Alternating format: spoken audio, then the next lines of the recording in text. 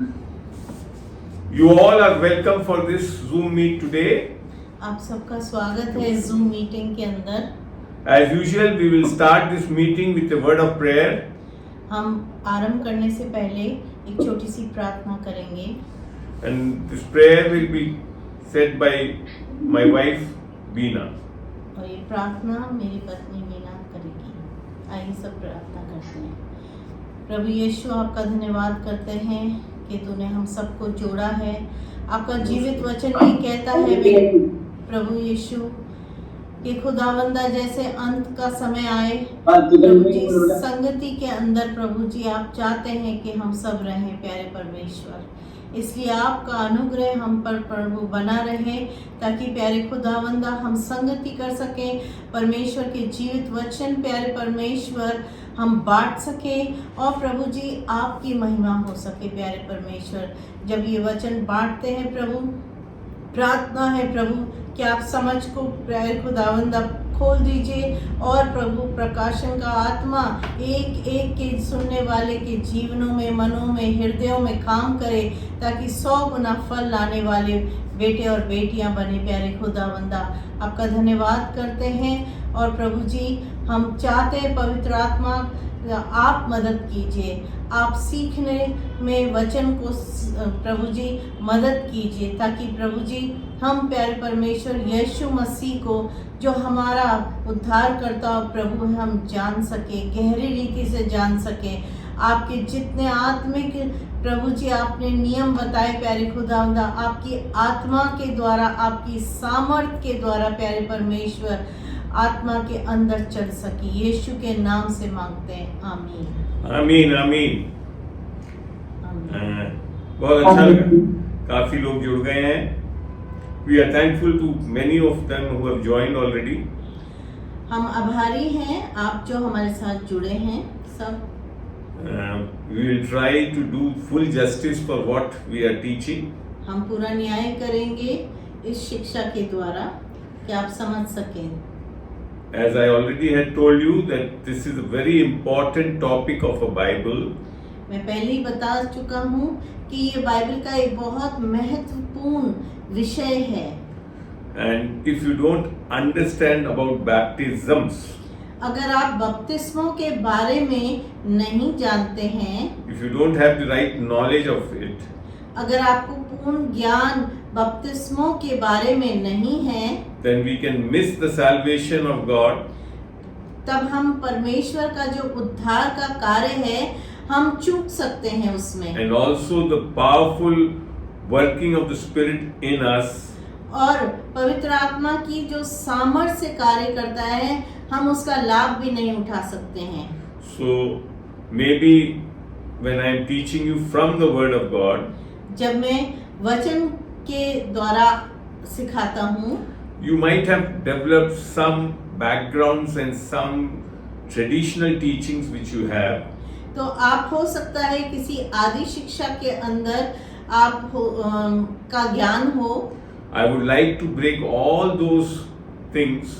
मैं उन सारी चीजों को तोड़ना चाहता हूँ। Not by my power, not by my might, but by the Spirit of God. ना मेरी शक्ति, ना मेरे बल से, परंतु आत्मा की सामर्थ्य से सत्य का वचन का प्रकटीकरण हो।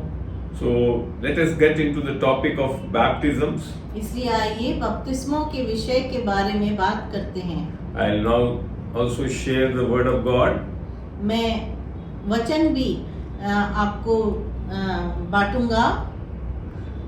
In Hebrews 6:2, इब्रानियों 6:2 it says instructions about baptisms. यहाँ पर नियमों का, बपतिस्मों का किस तरीके से हम नियम बताया गया है। That means there are not one baptism, there are baptisms, plural. एक बपतिस्मा नहीं है, यहाँ कई बपतिस्मों के बारे में बात कर रहा है वचन।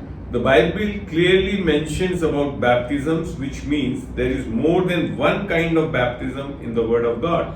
बाइबल में बपतिस्मों के बारे में स्पष्ट रूप से उल्लेख किया गया है, जिसका अर्थ है कि परमेश्वर के वचन में एक ऐसे अधिक प्रकार के बपतिस्मे हैं। as already shown you in Hebrews 6:2.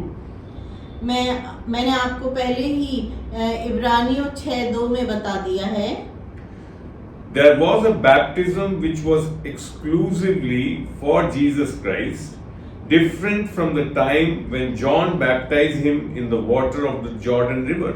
एक बपतिस्मा था जो विशेष करके यीशु मसीह के लिए था, उस समय से अलग जब यूहन्ना ने यरदन नदी के पानी में उन्हें बपतिस्मा दिया था।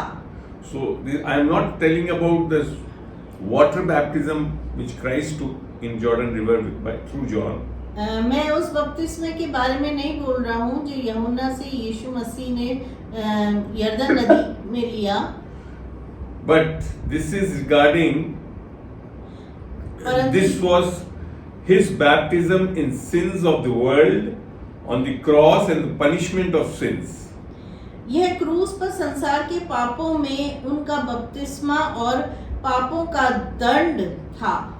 Let us open Matthew 20 आइए हम मत्ती 20 अध्याय खोलते हैं and see about this. और यहाँ देखते हैं In verse 22, वचन 22 में। we'll go slowly from the word of God so that you can understand. हम धीरे धीरे पढ़ना चाहेंगे। Here it is written, Jesus replied, "You don't realize what you are asking. Can you drink from the cup that I am going to drink from?" They told him, "We can." He told them, "You will indeed drink from my cup, but it is not up to me to grant." Just a minute. There are some issues of the versions also.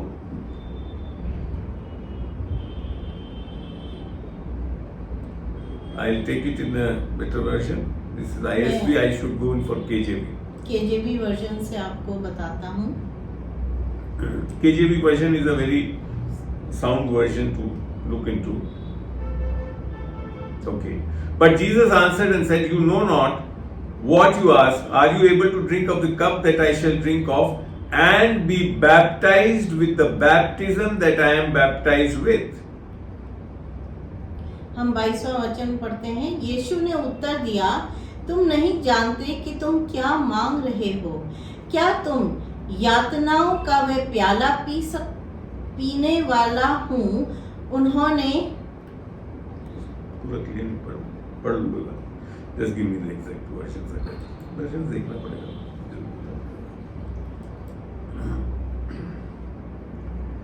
एक minute रुकिएगा।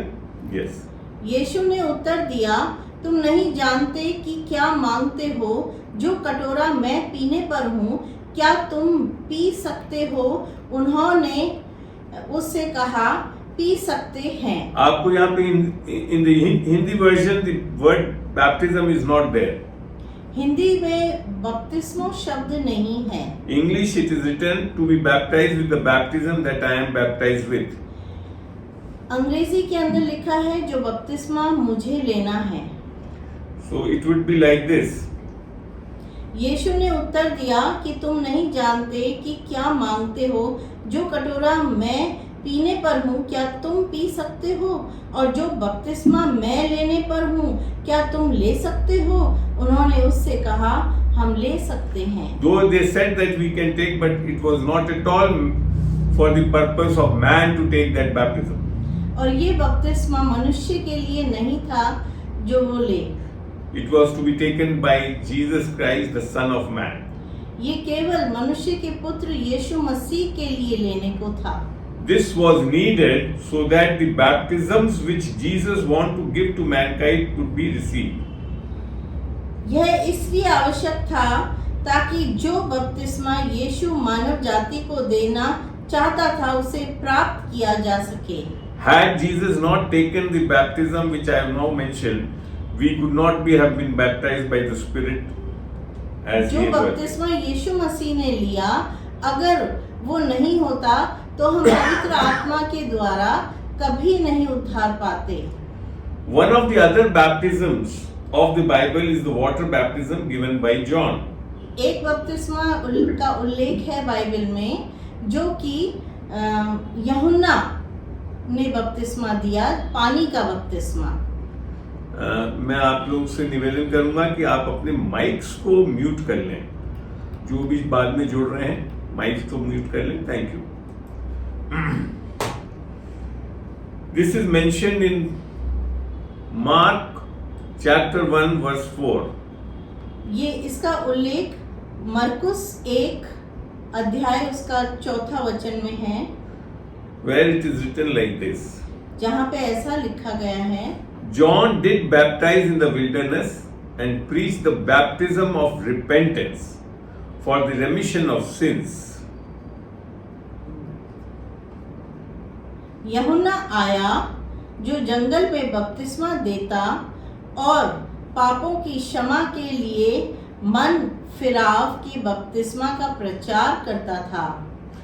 This was done in the land of Judea, and those of Jerusalem went out to him and were all baptized by him in the Jordan River.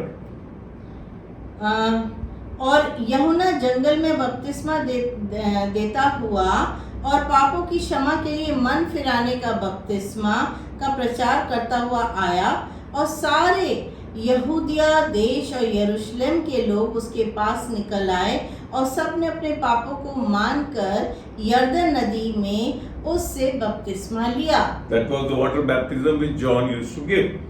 ये पानी का बपतिस्मा था जो यूहन्ना लोगों को देते थे। This was the baptism of repentance for the Jews who confessed their sins for the remission of sins. It was done by immersing them in the river water. ये यहूदियों के लिए पश्चाताप का बपतिस्मा था, जो अपने पापों को स्वीकार करते थे। पापों की क्षमा के लिए यह उन्हें नदी में डुबोकर किया जाता था।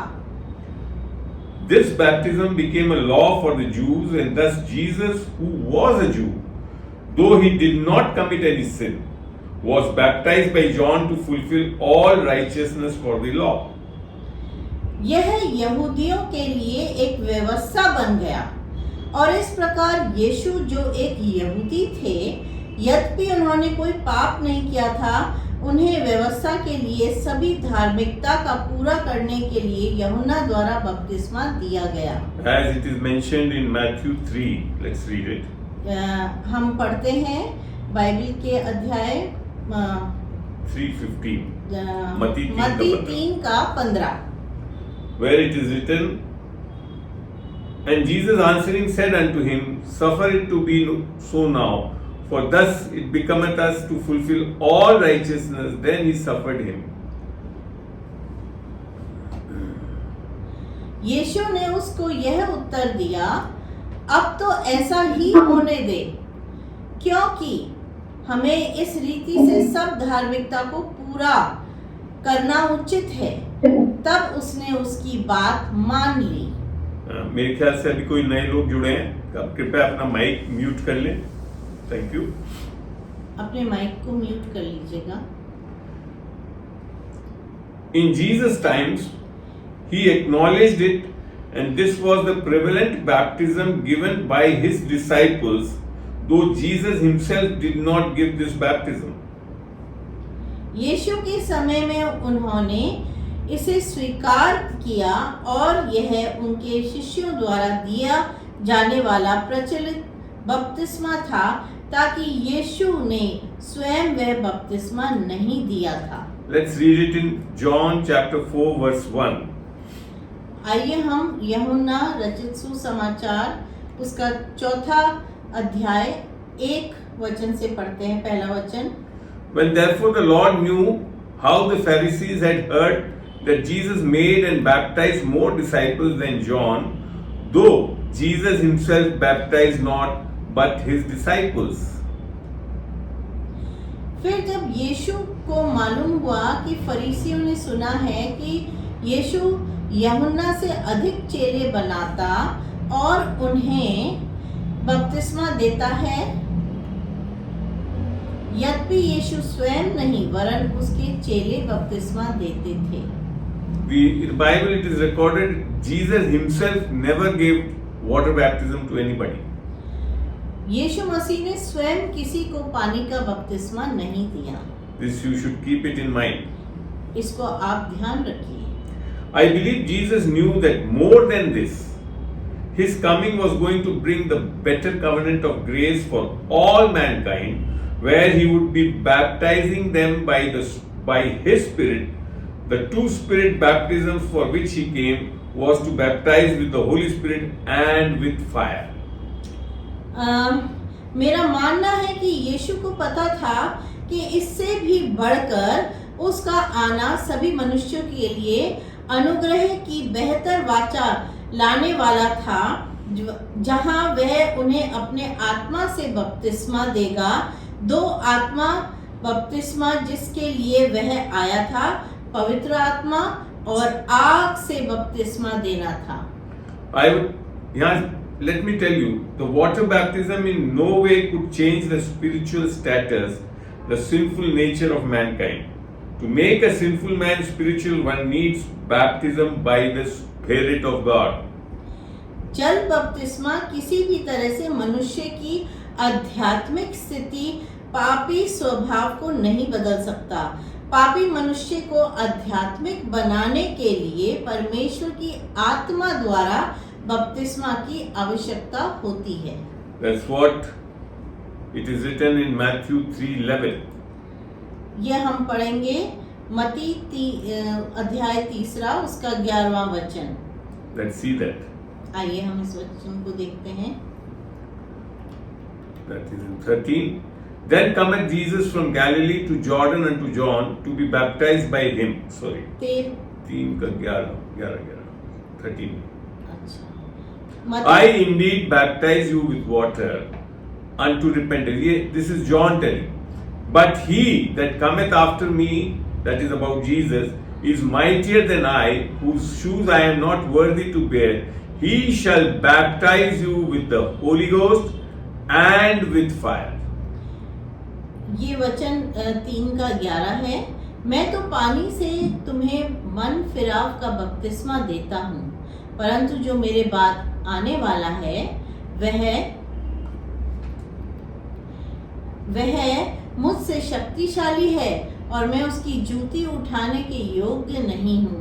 वह तुम्हें पवित्र आत्मा और आग से बपतिस्मा देगा। So it is very clear that the new order of baptism which Jesus is going to bring. तो ये देखना है कि जो नई वाचा में यीशु मसीह पवित्र आत्मा और आग का बपतिस्मा के लिए बोल रहे हैं, that is much more important than the water baptism. ये ज्यादा महत्वपूर्ण है पानी के बपतिस्मे से। I don't say that water baptism is not the order of the Bible. मैं ये नहीं कह रहा हूँ कि पानी का बपतिस्मा एक गलत चीज है बाइबल की। But when it has to be taken, we should find out in the New Testament. पर हमें ये देखना है कि हमें पानी का बपतिस्मा कब लेना चाहिए। Thus, the new order of baptism in the New Testament, after the death and resurrection of Jesus Christ, is related to baptism by Spirit for the salvation and lordship of Jesus on the spirit, soul, and body of mankind, and can also be associated with water baptism. इस प्रकार यीशु मसीह की मृत्यु और पुनरुत्थान के बाद नए नियम में बपतिस्मा का नया क्रम मानव जाति की आत्मा, प्राण और शरीर पर यीशु के उद्धार और प्रभुत्व के लिए आत्मा द्वारा बपतिस्मा से संबंधित है और इसे जल बपतिस्मा से भी जोड़ा जा सकता है। This baptism of spirit of man for her salvation by the Spirit of God is only possible by confessing and believing the gospel of grace or gospel of Christ. परमेश्वर की आत्मा द्वारा उसके उद्धार के लिए मनुष्य की आत्मा का यह बपतिस्मा केवल अनुग्रह के सुसमाचार या मसीह के सुसमाचार को स्वीकार करने और उस पर विश्वास करने से ही संभव है। That's what is said in Romans 10:9. यही हम पढ़ते हैं रोमियो 10 उसका 9। That if thou shalt confess with thy mouth the Lord Jesus and shalt believe in thine heart that God had raised him from the dead, thou shalt be saved. कि यदि तू अपने मुंह से यीशु को प्रभु जानकर अंगीकार करें और अपने मन से विश्वास करें और अपने कि परमेश्वर ने उसे मरे हुओं में से जिलाया, तो तू निश्चय ही उद्धार पाएगा। Again, when we get into Romans 1:16, जब हम रोमियो की पत्री में पढ़ते हैं 1:16, it is written over there, वहाँ लिखा है, For I am not ashamed of the gospel of Christ, for it is the power of God unto salvation to everyone that believeth, to the Jew first and also to the Greek. क्योंकि मैं सुसमाचार से नहीं लजाता, इसलिए कि वे हर एक विश्वास करने वाले के लिए पहले तो यहूदी फिर यूनानी के लिए उद्धार के निमित्त परमेश्वर की सामर्थ है। One more verse we should get into and see in Ephesians 1:13. इफिसियों की पत्री पहला अध्याय उसकी 13वां वचन, where the issue of baptism is very clear. यहाँ पे बपतिस्मों के बारे में बिल्कुल स्पष्ट रूप से उल्लेख है। In whom you also trusted, after that you heard the word of truth, the gospel of your salvation, in whom also after that you believed, you were sealed with that Holy Spirit of promise. और उसी में तुम पर भी जब तुमने सत्य का वचन सुना, तो तुम्हारे उद्धार का सुसमाचार है, और जिस पर तुमने विश्वास किया, पवित्र आत्मा की छाप लगी। So that is how you receive the spirit baptism of your spirit.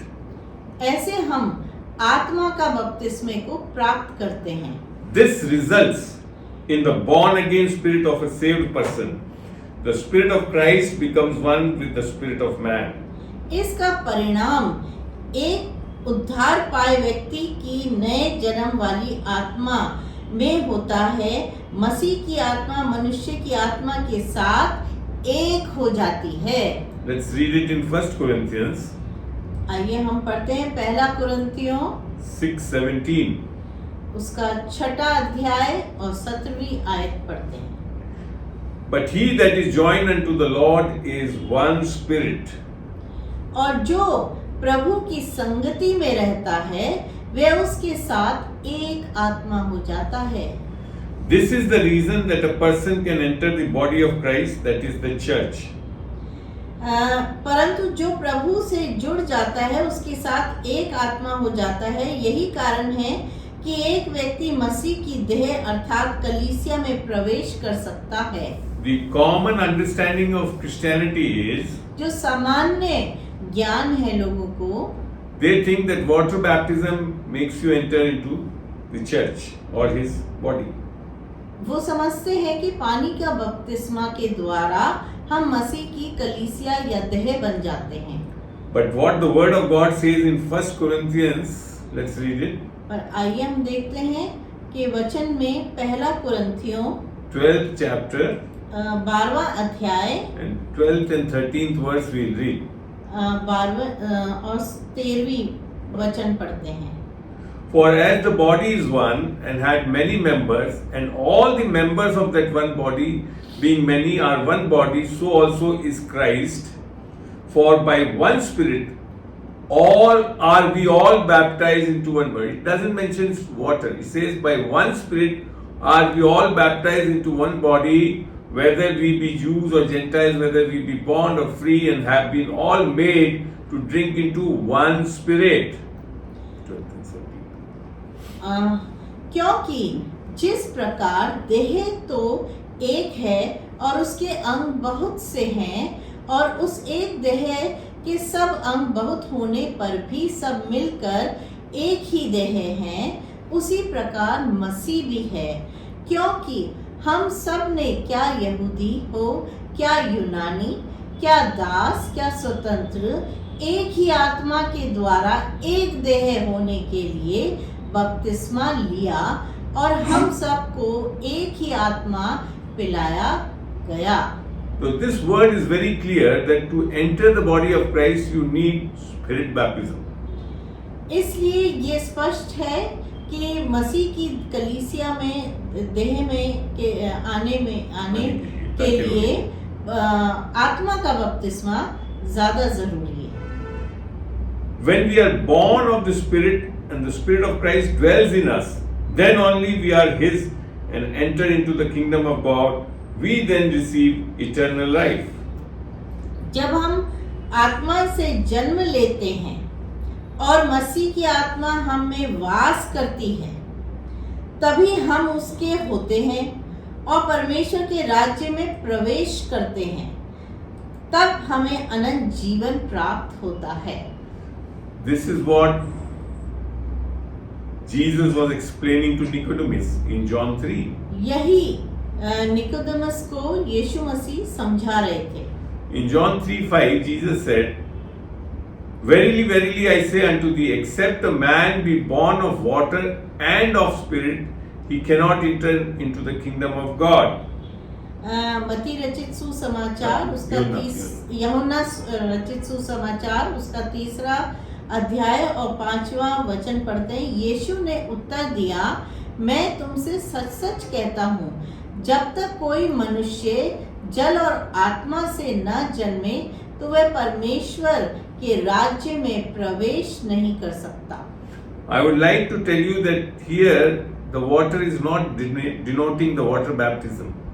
यहाँ पे जल का जो बपतिस्मा है, जल का बपतिस्मा, जल जो है वो जल का बपतिस्मा नहीं दर्शाता है। आगे चल, I will tell you in due course of teaching the word. मैं आगे चल के आपको बताऊंगा। Let's now get into Romans 8:9.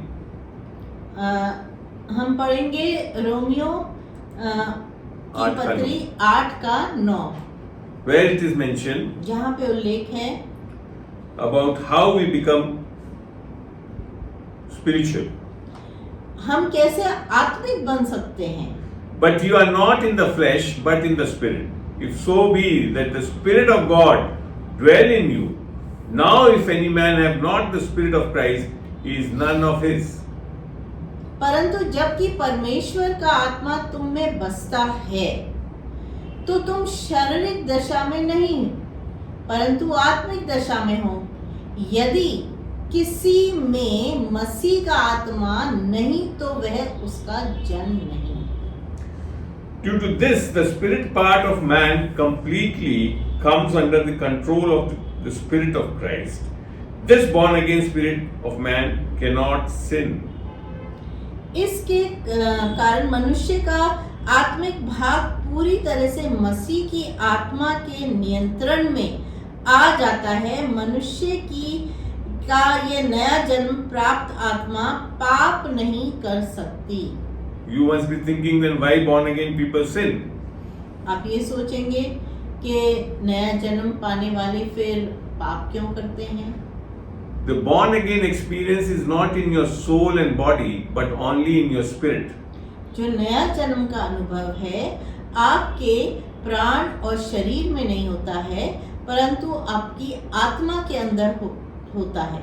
That's why in 1 John 3:9, इसलिए पहला यूहन्ना उसका 3 अध्याय और 9वीं आयत में लिखा है, Whosoever is born of God doth not commit sin, for his seed remaineth in him, and he cannot sin because he is born of God. जो कोई परमेश्वर से जन्मा है वह पाप नहीं करता, क्योंकि उसका बीज उसमें बना रहता है और वह पाप कर ही नहीं सकता, क्योंकि वह परमेश्वर से जन्मा है। Your spirit is only born of the Spirit of God. आपकी आत्मा ही परमेश्वर की आत्मा के द्वारा जन्म लेती है। Soul and body, I will tell you in due course of discussion how it has to be renewed. समय में आपको मैं बताता हूँ कि प्राण और शरीर कैसे नया किया जा सकता है। Now, the born again experience of the Spirit is also known as justification, just as if there is no sin. This was possible after the resurrection of Jesus Christ. इसे धर्मी भी कहा जाता है, जैसे कि कोई पाप ही न हो, वह मसीह पुनरुत्थान के बाद ही संभव हुआ। This was the experience of the disciples in John 20:22. Let's read it. ये चेलों का उदाहरण है, अनुभव है। यूहन्ना 20:22। यूहन्ना रचित सुसमाचार 20वां अध्याय और 22वें आयत में। When he had said this, he breathed on them and said unto them, Receive ye the Holy Ghost. यह कहकर उसने उन पर फूंका और उनसे कहा, पवित्र आत्मा लो। This is after the resurrection of Jesus Christ. ये पुनरुत्थान के बाद था। And this is the time when the disciples became born again. और ये Children of समय God. वो था कि चेले भी पवित्र आत्मा का बपतिस्मा पा चुके, नया जन्म पा चुके। नया जन्म पाए थे। Now she can be baptized by water, which is a proclamation to others that she is saved. The same pattern was seen as a shadow in the Old Testament. अब वह पानी से बपतिस्मा ले सकता है, जो दूसरों के लिए घोषणा है कि वह उद्धार प्राप्त कर गया है। पुराने नियम में भी यही पैटर्न छाया के रूप में देखा गया था। So the right perspective is जो सही संदर्भ. संदर्भ है, First, you have to be baptized by the Spirit of Christ. The spirit of yours has to be baptized by the Spirit of Christ. आपकी आत्मा को यीशु मसीह का जो आत्मा का बपतिस्मा है, उसकी आवश्यकता है। That is due to the hearing and confessing of the gospel. और ये वो संभव है जब हम सुसमाचार को सुनते हैं और उसकी घोषणा करते हैं। Now let's see the Old Testament pattern. आइए हम पुराने नियम की व्यवस्था को देखते हैं, That is the shadow and type in the Old Testament. जो कि छाया है। Let's read it in 1 Corinthians 10:1 and 2. जो कि पहले कुरिन्थियों 10वां अध्याय उसकी पहला और दूसरा वचन में है। Moreover, brethren, I would not say, not that ye should be ignorant, how that all our fathers were under the cloud and all passed through the sea and were all baptized unto Moses in the cloud and in the sea.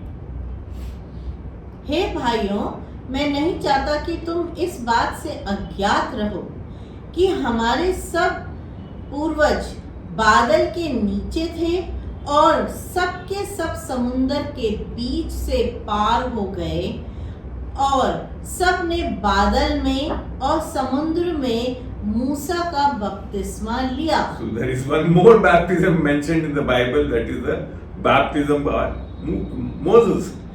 अब एक और बपतिस्मा यहाँ दिखाया है जो मूसा का बपतिस्मा But है। this is mentioning how it is going to happen in the New Testament. ये दर्शाता था कि नए नियम में इस प्रकार की प्रक्रिया कैसे होगी। The cloud represented the Spirit of God, जो बादल है वो आत्मा को दर्शाता है and the water was through the sea when they passed. और जो पानी है जो समुद्र को उन्होंने पार किया वो दर्शाता है। So in the New Testament, one has to be first Spirit baptized, इसलिए नए नियम के अनुसार पहले आत्मा का बपतिस्मा होता है and thereafter he should take water baptism. और उसके बाद पानी का बपतिस्मा होता है। But the common preaching due to the baptism of Christ by John is that after water baptism we can enter the kingdom of God and get baptized in the Holy Spirit. यूहन्ना द्वारा मसीह के बपतिस्मा के कारण आम प्रचार यह है कि जल बपतिस्मा के बाद हम परमेश्वर के राज्य में प्रवेश कर सकते हैं और पवित्र आत्मा में बपतिस्मा पा सकते हैं। This is further preached by the quoting chapter 3 of the book of John, where Jesus is telling that we should be born of water and of spirit. इस प्रकार यूहन्ना इसका प्रचार यूहन्ना की पुस्तक के अध्याय 3 को उद्धृत करके किया गया है, जहां मसीह कह रहे हैं कि हमें जल और आत्मा से जन्म लेना चाहिए। That is mentioned in John 3:5. जिसका व्याख्यान है यूहन्ना रचित सुसमाचार 3:5 पढ़ के देख लेते हैं। we will read it. Oh, great. Jesus answered, Verily, verily, I say unto thee, except a man be born of water and of the Spirit, he cannot enter into the kingdom of God. यीशु ने उत्तर दिया, मैं तुमसे सच सच कहता हूँ कि जब तक कोई मनुष्य जल और आत्मा से न जन्मे वह परमेश्वर के राज्य में प्रवेश नहीं कर सकता। This verse is not mentioning about water baptism, as already I told you. In the next verse, Jesus himself clarifies that to be born of water is your physical birth, born of the flesh. इस आयत में जल बपतिस्मा का जिक्र नहीं किया गया है।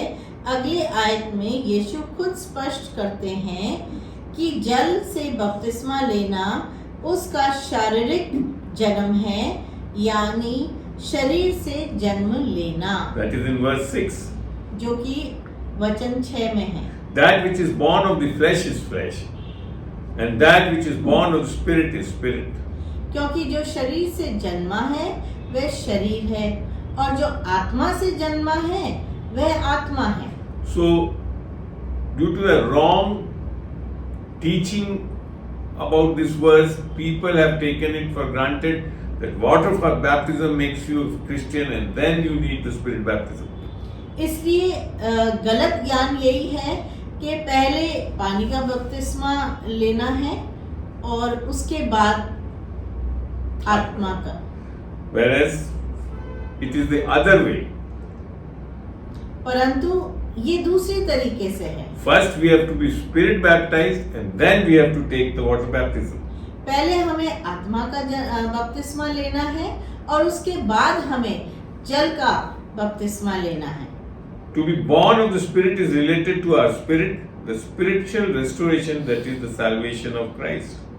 लेकिन आत्मा से जन्म लेना हमारी आत्मा से जुड़ा है, आध्यात्मिक बहाली से वह मसीह का उद्धार है। First we should be born physically on this earth, and then in the spirit we have to be changed and made new by accepting the salvation through the gospel of grace or Christ. सबसे पहले हमें इस धरती पर शारीरिक रूप से जन्म लेना चाहिए और फिर अनुग्रह मसीह के सुसमाचार के माध्यम से उद्धार को स्वीकार करके आत्मा में परिवर्तित होना और नया बनना होगा। That is what 2 Corinthians 5:17 mentions. जो कि दूसरा कुरिन्थियों उसका 5वां अध्याय 17वीं आयत में लिखा है। Let's read it from there. आइए हम वहां से पढ़ते हैं। It says, यहाँ पे लिखा है, Therefore if any man be in Christ, he is a new creature. Old things are passed away, behold, all things are become new. इसलिए यदि कोई मसीह में है तो वह नई सृष्टि है, पुरानी बातें बीत गई हैं, देखो वे सब नई हो गई। That is, your spirit has not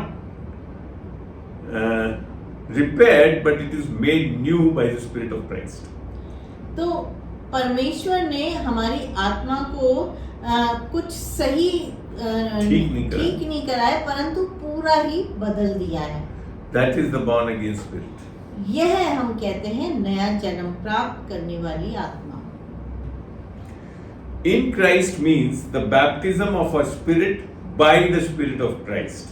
After that, taking the water baptism is relevant, or else without the Spirit baptism, we will be sinners and the water baptism will not change our spiritual condition. मसीह में का अर्थ है मसीह की आत्मा द्वारा हमारी आत्मा का बपतिस्मा, उसके बाद जल बपतिस्मा लेना प्रासंगिक है। अन्यथा आत्मा के बपतिस्मे के बिना हम पापी होंगे और जल बपतिस्मा हमारी आध्यात्मिक स्थिति को नहीं बदलेगा। In other words, we are dry sinners and will come out as wet sinners. This is recorded in the book of Acts also. दूसरे शब्दों में कहें तो हम सूखे पापी हैं और गीले पापी बनकर बाहर निकलेंगे। यह प्रेरितों के काम की पुस्तक में दर्ज है। Let's read Acts 19. आइए हम पढ़ते हैं प्रेरितों के काम उसका 19वां अध्याय, where Paul is mentioning दूसरा और छठा अध्याय, जहाँ पे पौलुस कह रहे 19th हैं। chapter, 2nd and 6th verse. आपका अध्याय, verse बोलो, repeat. Acts 19. प्रेरितों उसका 19वां 19वां अध्याय, दूसरा और छठा आयत। Okay. He said unto them, Have you received the Holy Ghost since you believed? And they said unto him, We have not so much as heard whether there be any Holy Ghost. उसने कहा, क्या तुमने विश्वास करते समय पवित्र आत्मा पाया? उन्होंने उससे कहा, हमने तो पवित्र आत्मा की चर्चा भी नहीं सुनी। The next verse says, And he said unto them, Unto what then were ye baptized? And they said, Unto John's baptism. उसने उनसे कहा, तो फिर तुमने किसका बपतिस्मा लिया? उन्होंने कहा, यूहन्ना का बपतिस्मा। So the water baptism in the New Testament is related to John baptizing in the water. इसलिए जो पौलुस बपतिस्मा देते थे, Yonah. यूहन्ना बपतिस्मा देते थे, वो यूहन्ना का बपतिस्मा कहलाया जाता था। Then said Paul, John verily baptized with the baptism of repentance, saying unto the people that they should believe on him which should come after him, that is, on Christ Jesus. पौलुस ने कहा, यूहन्ना ने यह कहकर मन फिराव का बपतिस्मा दिया कि जो मेरे बाद आने वाला है उस पर, अर्थात यीशु पर विश्वास करना। When they heard this, they were baptized in the name of the Lord Jesus. यह सुनकर उन्होंने प्रभु यीशु के नाम का बपतिस्मा लिया। So here you find that already people received John's water baptism were again baptized by Paul in the name of Jesus, not by repentance of sins and all. तो हमने ये देखा कि यूहन्ना ने का जो बपतिस्मा पानी का लिया था, उसके बाद प्रभु यीशु के नाम का प्रभु बपतिस्मा यीशु लिया। का नाम का बपतिस्मा उन्हें लेना पड़ा। And then Paul laid hands and they received the power of the Spirit of God. और जब पौलुस ने उन पर हाथ रखे तो उन पर पवित्र आत्मा उतरा। The same type of an experience is mentioned by Peter. ये इसी प्रकार का अनुभव हम देखते हैं दूसरा पत्रस नहीं, by Peter in Acts chapter 10 verse 43. ये सेम अनुभव हम देखते हैं जो पत्रस ने अनुभव किया। In Acts chapter 10 verse 43 to 48. प्रेरितों का काम उसका 10वां अध्याय 43 और 43 से 48. 43 से 48। To him give all the prophets witness that through his name whosoever believeth in him shall receive remission of sins. This is Peter preaching. पत्रस ने भी यही अनुभव किया प्रेरितों के काम में कि उसकी सब भविष्य 43 पढ़ी हूँ, उसकी सब भविष्य वक्ता गवाही देते हैं कि जो कोई उस पर विश्वास करेगा उसको उसके नाम के द्वारा पापों की क्षमा मिलेगी। पत्रस ने ये बातें कहकर ही कहा था कि पवित्र आत्मा वचन के सब सुनने वालों पर उतर आया। When Peter yet spake these words, the Holy Ghost fell on all them which heard the word. And now what he says, and they of the circumcision which believed were astonished, as many as came with Peter, because that on the Gentiles also was poured out the gift of the Holy Ghost. और जितने खतना किए हुए विश्वासी पत्रस के साथ आए थे, वे सब चकित हुए कि अन्य जातियों पर भी पवित्र आत्मा का दान उंडेला गया है। Then what Peter said, For they heard them speak with tongues and magnify God. Then answered Peter, क्योंकि उन्होंने उन्हें भांति भांति की भाषा बोलते और परमेश्वर की बड़ाई करते सुना। इस पर पतरस ने कहा, they were baptized, their spirit was baptized by the Spirit of Christ, as well as they received the fire baptism also, together in sequence. उनकी आत्मा में भी अनुभव नया जन्म का हुआ और वो आग का बपतिस्मा भी उन्होंने पाया। And now Peter says for them, can any man forbid water, that these should not be baptized with, have received the Holy Ghost as well as we? क्या अब कोई उन्हें जल से रोक सकता है कि वे बपतिस्मा न पाए, जिन्होंने हमारे समान पवित्र आत्मा पाया है? So this is the right sequence in the New Testament. तो ये सही तरीका है नए नियम का। First, the Spirit should be baptized by the Spirit of Christ. पहले आत्मा का बपतिस्मा होता है यीशु मसीह के द्वारा। Then your soul and body should be baptized by the Spirit of Holy Ghost, so that you become empowered Christians. और फिर प्राण और आपके शरीर पे उसका प्रभाव, ताकि आप सामर्थी बन सके। So in fact, Paul gave, now when we read the word of God, जब हम पढ़ते हैं वचन से पौलुस के द्वारा, Paul gave water baptism to very few people, and he has very boldly recorded, led by the Holy Spirit, that Christ has not sent him to baptize but to preach the gospel which saves and gives the power of God. वास्तव में पौलुस ने बहुत कम लोगों को जल बपतिस्मा दिया और उसने पवित्र आत्मा के मार्गदर्शन में बहुत साहसपूर्ण दर्ज किया है कि मसीह ने उसे बपतिस्मा देने के लिए नहीं बल्कि सुसमाचार का प्रचार करने के लिए भेजा है, जो बचाता है और परमेश्वर की शक्ति देता है। If you read 1 Corinthians 14 and 16 to 17, you will find this. अगर आप पहला कुरिन्थियों उसका पहला अध्याय और 14 वचन पढ़ेंगे और 16 और से 17, तो वहाँ ये चीज स्पष्ट है। तो it is clearly mentioned over there. For the preaching of the cross is foolishness to those being lost, but to us being saved, it is the power of God. क्योंकि क्रूस की कथा का प्रचार नाश होने वालों के लिए निकट मूर्खता है, परंतु हम उद्धार पाने वालों के लिए निकट परमेश्वर की सामर्थ है। Here Paul boldly said that Jesus did not send him to baptize with water.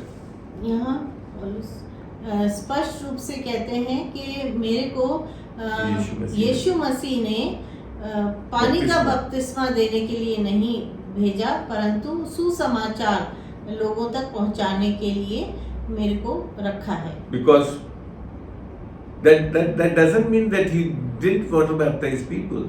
इसका मतलब नहीं है कि पौलुस ने बपतिस्मा नहीं दिया। He has mentioned that he baptized some of the families.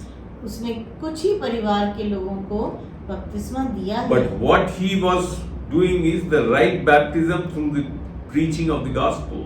परंतु वो सही बपतिस्मा दे रहे थे सुसमाचार के द्वारा। आत्मा का बपतिस्मा, उसे आत्मा का बपतिस्मा कहते हैं।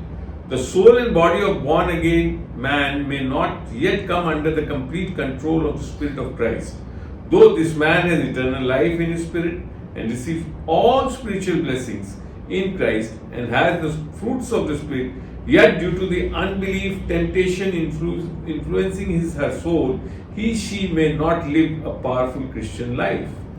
नया जन्म लेने वाले मनुष्य की आत्मा और शरीर अभी तक मसीह की आत्मा के पूर्ण नियंत्रण में, मनुष्य के प्राण और शरीर अभी तक मसीह की आत्मा के पूर्ण नियंत्रण में नहीं आ सकते हैं। हालांकि इस व्यक्ति के पास अपने आत्मा में अनंत जीवन है और उसे मसीह में सभी आध्यात्मिक आशीर्वाद प्राप्त हैं और उसके पास आत्मा के फल हैं, फिर भी उसकी प्राण को प्रभावित करने वाली विश्वास और प्रलोभन के कारण वह एक शक्तिशाली मसीह जीवन नहीं जी सकता है। That's what you find in many of the born again child of God. They still commit sin in soul and flesh. इसलिए हमें प्राय ये देखा गया है कि इसके अभाव के अंदर प्राण और शरीर में अधिकतर मसीह पाप करते हैं। Hence, the fire baptism should be received to bring the body and the soul under the control of the Lord, and one can become a useful vessel for God to be used for His glorious plans by giving him or her the various gifts of the Holy Spirit and for edification of the body of Christ, the church. इसलिए शरीर और प्राण को प्रभु के नियंत्रण में लाने के लिए आग का बपतिस्मा प्राप्त किया जाना चाहिए और व्यक्ति पवित्र आत्मा के विभिन्न उपहारों को लेकर उस मसीह के शरीर चर्च के निर्माण के लिए परमेश्वर की महिमामय योजनाओं के लिए उपयोग किए जाने वाले एक उपयोगी पात्र बन सकता है। The fire baptism was possible only after the ascension of the resurrected Christ into heaven. आग का बपतिस्मा केवल पुनरुत्थान मसीह के स्वर्गीय रोहण के बाद ही संभव था। This can be seen in John chapter 7. ये यूहन्ना रचित सुसमाचार उसका 7वां अध्याय In verse 38 and 39. 38 में और 39 में लिखा है, He that believeth on me, as the scripture has said, out of his belly shall flow rivers of living water. But this spake he of the Spirit which they that believe on him should receive, for the Holy Ghost was not yet given, because that Jesus was not yet glorified. जो मुझ पर विश्वास करेगा, जैसा पवित्र शास्त्र में आया है, उसके हृदय में से जीवन के जल की नदियां बह निकलेगी। उसने यह वचन उस आत्मा के विषय में कहा जिसे उसने उस पर विश्वास करने वाले पाने पर थे, क्योंकि आत्मा अब तक न उतरा था, क्योंकि यीशु अब तक अपनी महिमा को न पहुंचा था। Your born again experience, you have the Spirit, the Holy Spirit inside your spirit. नया जन्म पाया हुआ पवित्र आत्मा उसके हृदय के अंदर रहती है। But fire baptized man has Holy Spirit upon him. परंतु जो आग का बपतिस्मा पाते हैं, उसमें परमेश्वर का आत्मा उनके ऊपर आता है। There is a vast difference. बहुत बड़ा बदलाव है। When Jesus was going to ascend to heaven, he said to the disciples in Acts 1, 5, 8 and 9, For John truly baptized with water, but you shall be baptized in the Holy Spirit, not many days from now. But you shall receive power, the Holy Spirit coming upon you, and you shall be witnesses to me both in Jerusalem and to the end of the earth. फिर जब यीशु स्वर्ग जाने वाले थे, तो उन्होंने शिष्यों से कहा, प्रेरित रचित पुस्तक में पहला अध्याय 5 और 8 और 9, क्योंकि यूहन्ना ने तो जल से बपतिस्मा दिया, परंतु अब से थोड़े ही दिनों में तुम पवित्र आत्मा से बपतिस्मा पाओगे, परंतु तुम सामर्थ पाओगे और पवित्र आत्मा तुम पर आएगा और तुम यरूशलेम में और पृथ्वी की छोर तक मेरे गवाह ठहरोगे। And saying these things, as they watched, he was taken up, and a cloud received him out of their sight. This is how a saint becomes a powerful Christian, by witnessing Christ. और ये बातें कहकर उसने देखते देखते वे ऊपर उठा लिया गया और बादल ने उसे उनकी आंखों से छिपा लिया। इस तरह एक संत मसीह की गवाही देकर एक शक्तिशाली मसीह बन जाता है।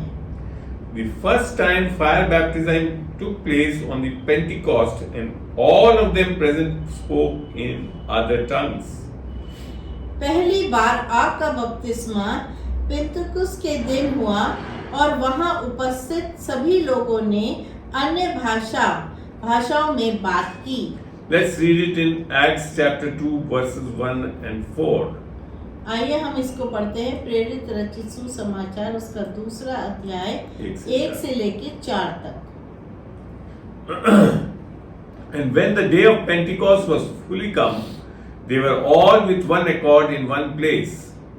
जब पिंतेकुस का दिन आया तो वे सब एक जगह इकट्ठे थे। And suddenly there came a sound from heaven as of a rushing mighty wind, and it filled all the house where they were sitting. और अचानक आकाश से बड़ी आंधी के समान सनसनाहट का शब्द हुआ और उससे सारा घर जहाँ वे बैठे थे गूंज गया। And there appeared unto them cloven tongues like as of fire, and it sat upon each of them. और उन्हें आग के समान जीवें फटती हुई दिखाई दी और उनमें से हर एक पर 8 ठहरे। And they were all filled with the Holy Ghost and began to speak with other tongues as the Spirit gave them utterance. और वे सब पवित्र आत्मा से भर गए और जिस प्रकार आत्मा ने उन्हें बोलने का सामर्थ्य दी वे अन्य अन्य भाषा बोलने लगे। So here it is very clear that the first experience of the disciples of fire baptism gave them other tongues. इसलिए उनका जो ये पवित्र आत्मा पाने आग का बपतिस्मा पाने का जो अनुभव था वो अन्य भाषा उन्होंने से अन्य भाषा से विदित हुआ। After this incident, we see that all the disciples who were earlier fearful suddenly became bold to preach the gospel. इस घटना के बाद हम देखते हैं कि सभी शिष्य जो पहले भयभीत थे अचानक सुसमाचार का प्रचार करने के लिए साहसी हो गए। Apart from this incident in the book of Acts, there are 4 other incidences reported about the fire baptism by the Holy Spirit. प्रेरितों के काम की पुस्तक में इस घटना के अलावा पवित्र आत्मा द्वारा आग का बपतिस्मा के बारे में 4 अन्य घटनाएं बताई गई हैं। This should be your homework to go into the book of Acts and read it. यह आपका एक गृह कार्य है कि आप प्रेरितों के रचित सुसमाचार पढ़ें। 3 of which report about speaking in other tongues accompanied by different things such as boldly speaking the word of God, prophesying and magnifying God. जिनमें से 3 में अन्य भाषा में बोलने के बारे में बताया गया है, साथ ही विभिन्न बातें भी बताई गई जैसे कि साहसपूर्ण परमेश्वर का वचन बोलना, भविष्यवाणी करना और परमेश्वर की महिमा करना। That is the benefit of the Spirit baptism. ये एक अच्छा बेनिफिट है, लाभ है अन्य भाषा बोलने के द्वारा, आग के बपतिस्मे के द्वारा। Yes, beautiful. Now when we read the book of James, that if any man can control his tongue not to offend anyone, then he is a perfect man. याकूब ने बाइबल में उल्लेख किया है कि यदि कोई व्यक्ति अपनी जीभ पर नियंत्रण रख सके और किसी को ठेस न पहुंचाए तो वह एक सिद्ध व्यक्ति है। Let's get into James chapter 3. आइए याकूब की पत्री James chapter 3 verse 2. अध्याय 3 और वचन 2। For in many things we offend all. If any man offend not in the word, the same is a perfect man and able also to bridle the whole body. इसलिए कि हम सब बहुत बार चूक जाते हैं, जो कोई वचन में नहीं चूकता वही तो सिद्ध मनुष्य है और सारी देह पर भी लगाम लगा सकता है। It is mentioned over here, when your tongue is under control, you can control the body. जब आपकी जबान नियंत्रण में रहती है तो आप शरीर को भी पूरा नियंत्रण कर सकते हैं। That is what happens in the fire baptism. The Holy Spirit takes control of the tongue and is now able to control the whole body. आग का बपतिस्मा में यही होता है, पवित्र आत्मा जीभ पर नियंत्रण कर लेता है और अब पूरे शरीर को नियंत्रण करने में सक्षम है। When you receive the fire baptism, जब आप आग का बपतिस्मा पाते हैं, the benefits of the fire baptism and speaking in unknown tongues are many, and some of them are as follows.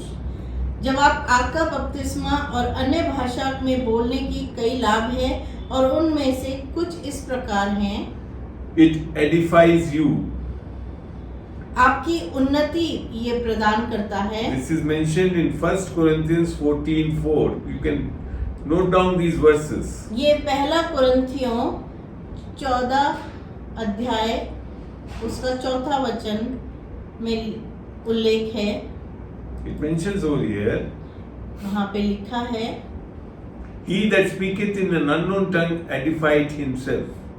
जो अन्य भाषा में बातें करता है वे अपनी ही उन्नति करता है। The second thing is we build up on holy faith and can walk in the love of God. हम पवित्र विश्वास पर निर्माण करते हैं और परमेश्वर के प्रेम में चल सकते हैं। That is mentioned in Jude, जो कि Yehuda. यहूदा के अंदर इसका उल्लेख है। Let's read it. आइए हम पढ़ते हैं। Jude chapter 1, there is only one chapter. यहूदा में एक ही पत्री है, उसका 20वां अध्याय 20वां वचन 20वां और 21वां वचन। What it says. यहाँ पे लिखा है, But ye beloved, building up yourselves on your most holy faith, praying in the Holy Ghost. Keep yourselves in the love of God, looking for the mercy of our Lord Jesus Christ unto eternal life. पर हे प्रियों, तुम अपने अति पवित्र विश्वास में अपनी उन्नति करते हुए और पवित्र आत्मा में प्रार्थना करते हुए अपने आप को परमेश्वर के प्रेम में बनाए रखो और अनंत जीवन के लिए हमारे प्रभु यीशु मसीह की दया की आशा देखते रहो। So this is one more benefit of the fire baptism. ये एक और लाभ है आपके बपतिस्मा पाने का, That we can build up on our holy faith and walk in the love of God. कि हम पवित्र विश्वास में चल सकते हैं और परमेश्वर के प्रेम में भी चल सकते हैं। Then one more benefit is you can enter his rest and be refreshed. That is, walk by faith and in peace. उसके विश्राम में प्रवेश करें और तरोताजा हो जाए, अर्थात विश्वास और शांति में चलें। Let's read it in Isaiah. हम पढ़ेंगे यशायाह की पुस्तक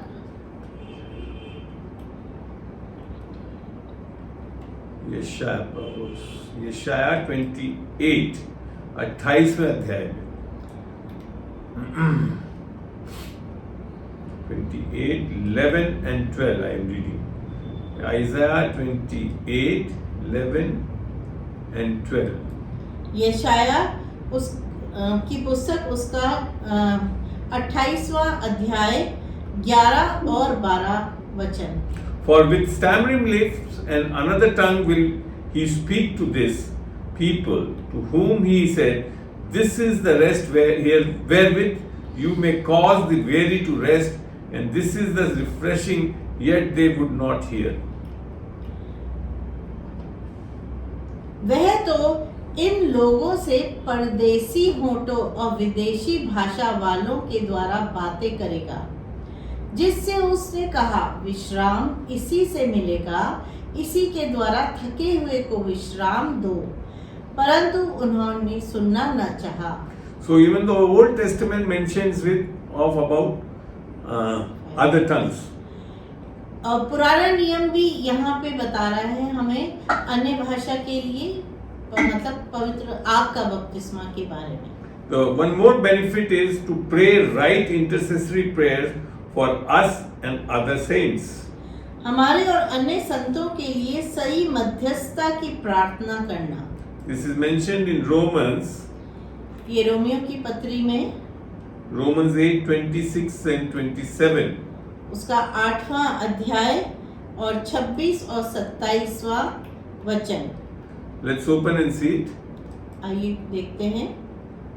It says over here, यहाँ पे लिखा है, likewise the Spirit also helpeth our infirmities, for we know not what we should pray for as we ought, but the Spirit itself maketh intercessions for us with groanings which cannot be uttered. And he that searcheth the hearts knoweth what is the mind of the Spirit, because he maketh intercessions for the saints according to the will of God.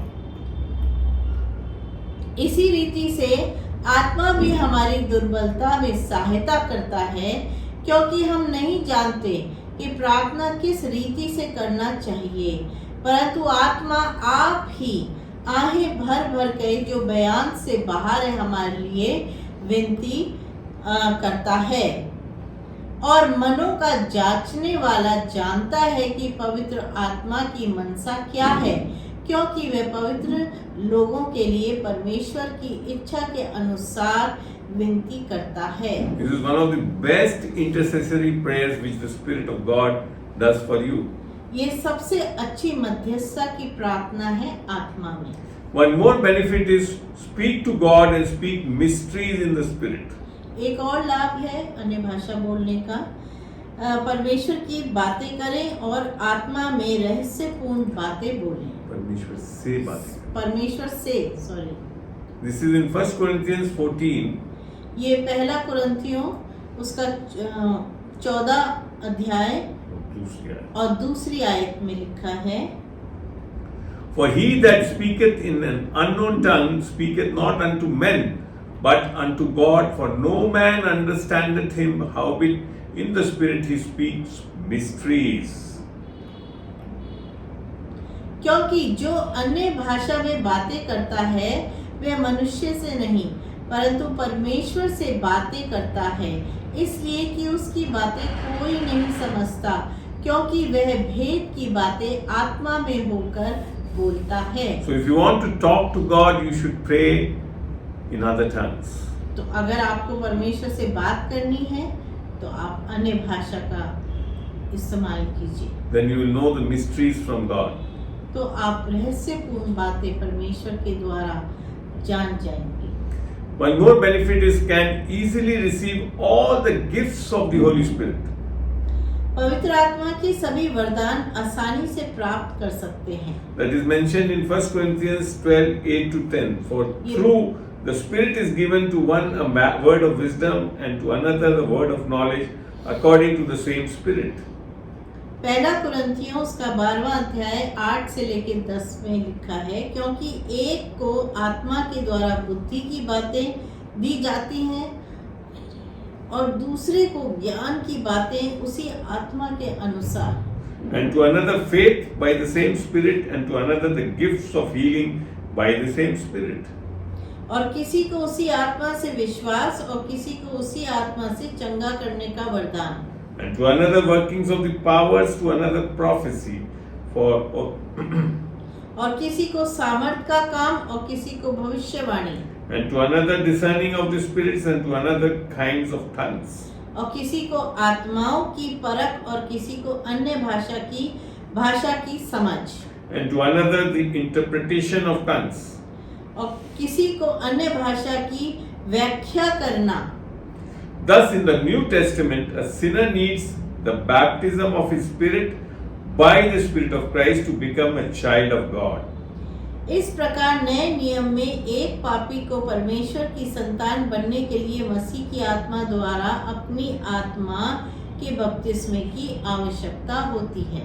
This child of God needs a second experience of the baptism of the power of the Holy Spirit in his her soul and body, so that he becomes a powerful man, woman of God. परमेश्वर के इस बच्चे को अपनी प्राण और शरीर में पवित्र आत्मा की शक्ति से बपतिस्मा के दूसरे अनुभव की आवश्यकता है ताकि वे परमेश्वर का एक शक्तिशाली पुरुष बन सके, पुरुष या स्त्री बन सके। This is achieved by faith, by believing on what Jesus Christ did for us and not by what we do for God. यह मसीह यीशु ने हमारे लिए जो किया उस पर विश्वास करने से प्राप्त होता है, न कि हम परमेश्वर के लिए जो करते हैं उससे। God is the one who by His Spirit came to baptize our spirit, soul and body and keep us blameless till the coming of Christ. And the one who has called us is faithful and has done it through His Son Jesus Christ. परमेश्वर ही वह है जो अपनी आत्मा के द्वारा हमारी आत्मा, प्राण और शरीर को बपतिस्मा देने और मसीह के आगमन तक हमें निर्दोष रखने के लिए आया है और जिससे हमें बुलाया है, जिसने हमें बुलाया है वे विश्वास योग्य है और उसने अपने पुत्र यीशु मसीह के द्वारा ऐसा ही किया है। This has very clearly been mentioned in 1 Thessalonica chapter 5, 23 and 24. इसका उल्लेख पहला थेसलोनिका 5वां अध्याय और 23वें और 24वें वचन में उल्लेख किया गया है। So there are two baptisms given by Christ. The first is to make you His child and the other is to make you a powerful minister. मसीह द्वारा दिए गए दो बपतिस्मे हैं। पहला आपको अपनी संतान बनाता है के लिए और दूसरा आपको एक शक्तिशाली सेवक बनाता है। The two can happen at the same time or at a time interval, but our spirit baptism is followed by the baptism of our soul and body by fire. ये दोनों एक ही समय या समय अंतराल पर हो सकते हैं, लेकिन हमारी आत्मिक बपतिस्मा के बाद हमारी प्राण और शरीर का आग का बपतिस्मा होता है। I would like to share that in our case, my first wife Neelu and I received Christ in the year 1998 and were sure that we have eternal life and are children of God, but not powerful ministers or man and woman of God. हमारे मामले में मेरी पहली पत्नी नीलू और मैंने वर्ष 1998 में मसीह को स्वीकार किया और हमें यकीन था कि हमारे पास अनंत जीवन है और हम परमेश्वर की संतान हैं, लेकिन हम परमेश्वर की शक्तिशाली सेवक स्त्री या पुरुष नहीं हैं। Then we received the power of the Holy Spirit through the fire baptism in the year 2001, and thereafter matured leaps and bounds in our spiritual level as we started speaking and praying in other tongues, became powerful men and women of God. फिर हमने वर्ष 2001 में आग का बपतिस्मा के माध्यम से पवित्र आत्मा की शक्ति प्राप्त की और उसके बाद हमारी आध्यात्मिक स्तर में तेजी से वृद्धि हुई, क्योंकि हमने अन्य भाषाओं में बोलना और प्रार्थना करना शुरू कर दिया। हम परमेश्वर के शक्तिशाली पुरुष और महिला बन गए। My first wife slept in the Lord in the year 2005. I married my second wife Beena in the year 2013. She was widowed at a very young age in the year 1992. मेरी पहली पत्नी 2005 में प्रभु में सो गई। मैंने वर्ष 2013 में अपनी दूसरी पत्नी बीना से विवाह किया। वह वर्ष 1992 में बहुत कम उम्र में विधवा हो गई थी।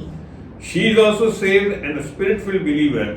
By the grace of God, we both are now being used mightily by our Lord and Savior Jesus Christ for His great commission mentioned in the Bible in the book of Mark, chapter 16, from verses 15 to 20. वह भी उद्धार पाई हुई हैं और आत्मा से भरी हुई विश्वासी हैं। परमेश्वर की कृपा से हम दोनों अब हमारे प्रभु और उद्धारकर्ता यीशु मसीह द्वारा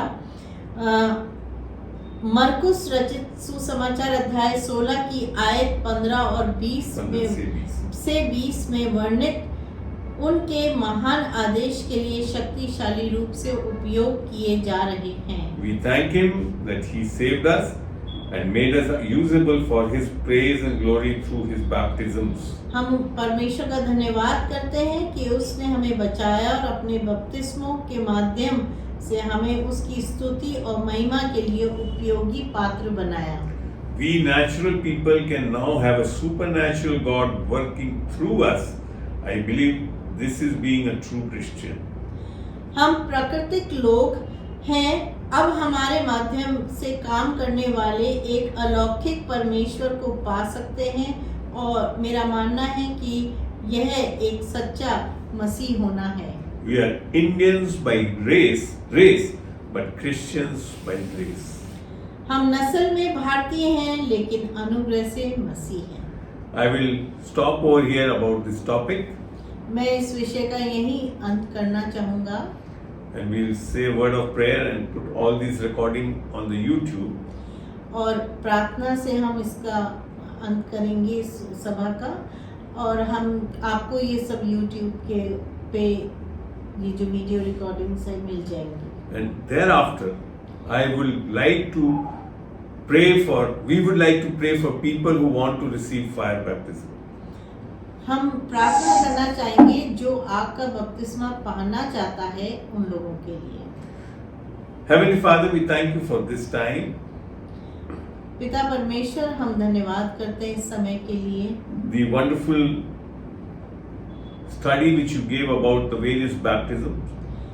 जो आपने विभिन्न बपतिस्मों के बारे में हमारे को वचन के द्वारा सिखाया। We pray, Heavenly Father, that as we keep it on the YouTube, जैसे हम इस को YouTube में प्रसारित करते हैं, keep it protected from all harms and dangers. हमें और इस वीडियो को प्रभु जी आप सुरक्षित रखिए। Thank you, Father.